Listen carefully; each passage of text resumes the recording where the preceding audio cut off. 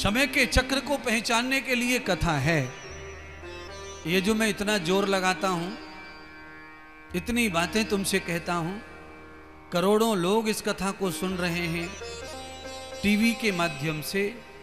पूरी दुनिया में कथा प्रसारित होती है, सब सुनते हैं। क्यों मैं ये बात रखता हूं, मैं क्यों समझाता हूं?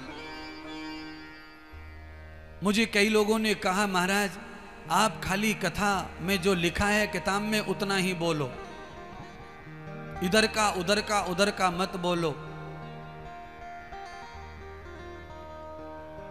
तो आप कल्पना कर लो, आज तक कोई भी किसी भी घर में ऐसा कोई घर हो सकता है जिसमें एक ही खेत का जीरा हो, उसी खेत का धनिया हो, उसी खेत की लौकी हो, उसी खेत का हल्दी हो, उसी खेत का पुदीना हो, उसी खेत में से नमक हो, उसी खेत में से सब हो ना?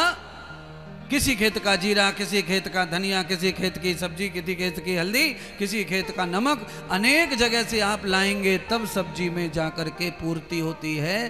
केवल कथा में, कथा से नहीं, इधर का उधर का भी बोलना पड़ेगा, तब ही कथा सिद्ध होती है। क्यों? आप इधर उधर में फंसे हैं। जब आप इधर की उधर की में फंसे हैं तो आप उधर की से ही बचेंगे।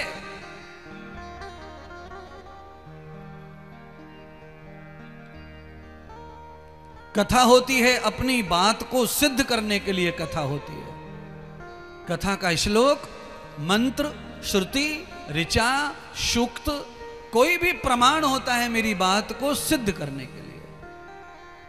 मैं जो कह रहा हूं ये सारी चर्चा, चाहे मैं लौकिक कर रहा हूं, इधर की उधर की, पर इन बातों को शास्त्र प्रमाणिक करे, उसके लिए कथा के श्लोक उठाओ, वेद का मंत्र उठाओ, गीता का श्लोक उठाओ और रखो। चाहे वो हिंदी में कहो, चाहे संस्कृत में कहो, पर वो प्रमाण ढूंढने के लिए है। क्यों? अच्छा बोलिए, किताब कहां से आई?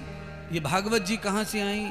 वेद कहां से आए? ये भी किसी के पेट से ही निकले, किसी ऋषि ने पेट से ही निकाला है। अंगिरा, आदित्य, अग्नि, वायु ऋषियों ने वेदों को पेट से ही तो गाया। ब्रह्मा जी ने गाया, उन्होंने गाया तो ये हम तक पहुंचा, और किसी ने गाया वो हम तक पहुंचा। किताब में जो लिखा है वो भी पेट का उगला हुआ ही लिखा हुआ है, बुद्धि का उगला हुआ ही लिखा हुआ है।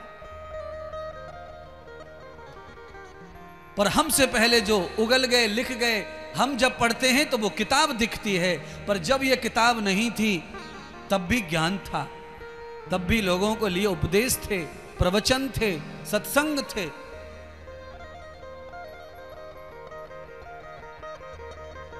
राम जी ने भरद्वाज जी के साथ में जो संवाद किया है, उस समय 18 पुराण नहीं थे, तभी सत्संग हुआ। अनुसुईया ने सीता जी के साथ संवाद किया है, सत्संग किया है, तब नहीं थी रामायण, पर संवाद हुआ, सत्संग हुआ। क्यों? क्योंकि उससे पूर्व ग्रंथ थे। उन्हीं ग्रंथों की श्रृंखला धीरे धीरे धीरे धीरे चली आ रही है, पुराण के रूप में, रामायण के रूप में, रामायणों के रूप में, पुराणों के रूप में, ग्रंथों के रूप में, और भी बहुत सारे पांडित्य किताबें हैं, ब्राह्मणीय किताबें हैं, बहुत सारी उपनिषद आदि जो किताबें, वो सब हमें धीरे धीरे समझाने के लिए है।